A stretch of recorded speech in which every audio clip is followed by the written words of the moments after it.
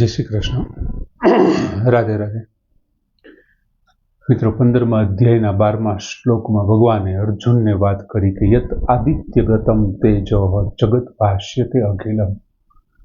જે સૂર્યને પ્રાપ્ત થયેલું તેજ, જેનાથી સમગ્ર જગત ભાષ્યતે પ્રકાશિત થઈ રહ્યું છે.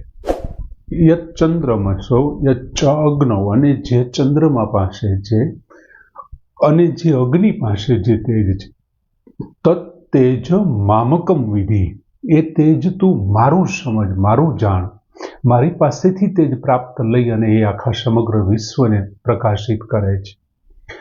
હવે ભગવાન 15મા અધ્યાયના 13મા શ્લોકમાં આ જે સમષ્ટ શક્તિ છે, સમષ્ટિની અંદર જે શક્તિ છે, એ સમષ્ટિને શક્તિ પૂરનાર એમનો જે પ્રભાવ છે ને, એ પ્રભાવ મારો છે એવું ભગવાન કહેતા અર્જુનને વાત કરે છે કે ગામા વિશ્ય ચ ભૂતાની ધારયામી અહમ ઓજસા પુષ્ણામી ચ ઔષધિ સોમો ભૂત્વા રસાત્મકમ. ભગવાન કહે છે અહમ ચ, હું જ, અહમ ચ, હું જ, ગામા વિશ્ય, પૃથ્વીમાં પ્રવેશીને, ઓજસા, પોતાની શક્તિથી, ગામા વિશ્ય ઓજસા, પૃથ્વીમાં પ્રવેશીને પોતાની શક્તિથી, ભૂતાની ધારયામી, ભૂતાની એટલે સર્વ પ્રાણીઓને, ધારયામી એટલે ધારણ કરું છું, સર્વ પ્રાણીઓને ધારણ કરું છું.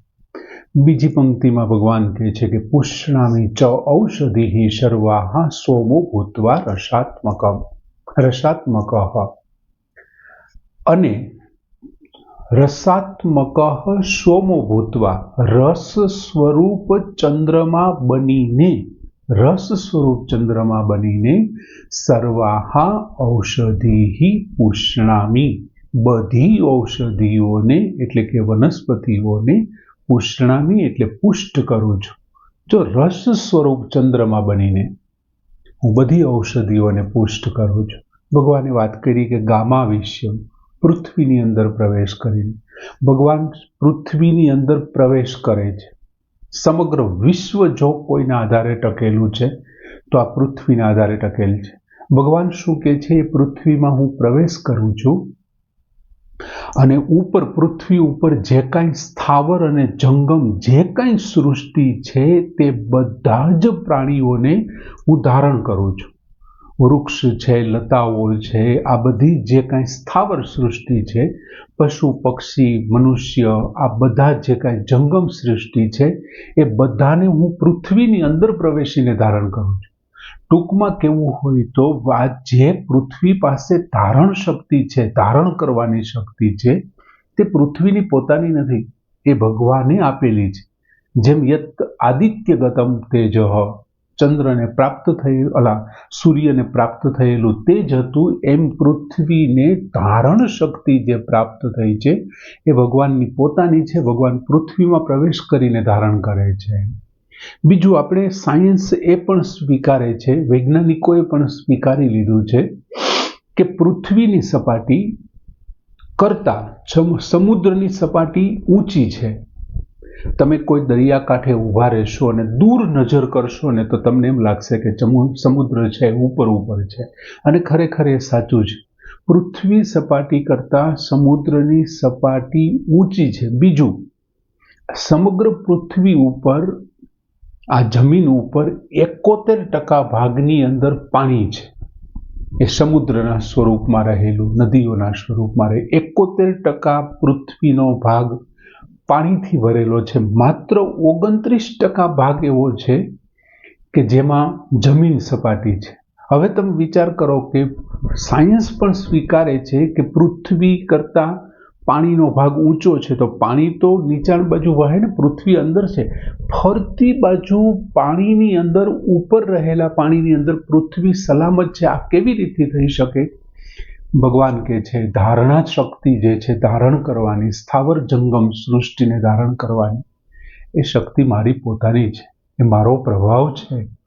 એ ભગવાને ધારણ કરી રાખી છે. એટલા માટે પૃથ્વી જળમગ્ન નથી થતી. નહીં તો પૃથ્વી કેદુની ડૂબી ગઈ હોત એમ.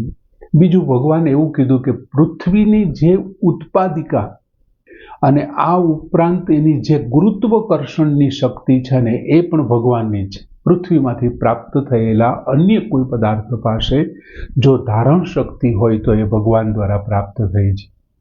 બીજું, ભગવાન વાત કરે છે કે પુષ્ણામી ચ ઔષધિ સર્વા સોમો ભૂત્વા રસાત્મકમ. હું રસ સ્વરૂપ ચંદ્રમા બનીને દરેક વનસ્પતિઓને ઔષધિઓને પુષ્ટ કરું છું. હવે ચંદ્રમામાં બે શક્તિ છે. આપણે પૂર્વ શ્લોક વખતે જોયું, એક પ્રકાશિકા કરીને એની શક્તિનું વર્ણન ભગવાને પૂર્વ શ્લોકમાં કર્યું. અહીં બીજી શક્તિ છે, એનું નામ છે પોષણ શક્તિ. પહેલાનું વર્ણન આપણે પૂર્વ શ્લોકમાં જોયું, ચંદ્ર પાસે છે આ શક્તિ, પ્રકાશ આપવાની શક્તિ, એ પણ ભગવાન પાસેથી જ મળી છે. હવે ભગવાન પાસેથી ચંદ્રમાને મળેલી બીજી શક્તિ, પોષણ આપવાની શક્તિ, એમનું વર્ણન કરતા ભગવાન શું કહે છે કે ભાઈ ચંદ્રમાના જે આ માધ્યમથી, ચંદ્રમાના માધ્યમથી હું સઘળી વનસ્પતિઓને પુષ્ટ કરું છું, પોષણ આપું છું એમ.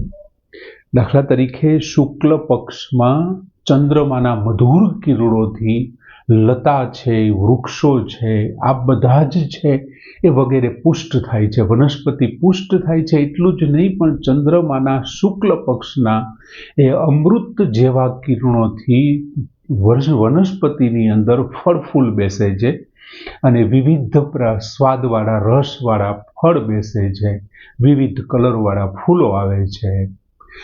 માતાના ઉદરમાં મોટું થઈ રહેલું બાળક છે, શિશુ છે, એ પણ ચંદ્રમાના શુક્લ પક્ષના કિરણોથી જ વૃદ્ધિ પામે છે.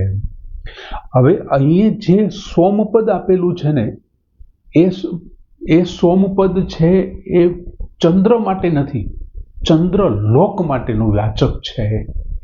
ચંદ્રલોકથી ચંદ્રની જે આ પ્રભા છે, આ જે તેજ છે, આ જે એમની શક્તિ છે, એમના જે અમૃત જેવા કિરણો છે એ ચંદ્રમંડળ પર આવે છે અને ચંદ્રમંડળ ઉપરથી ભૂમંડળ પર અને વનસ્પતિઓને પુષ્ટ કરે છે.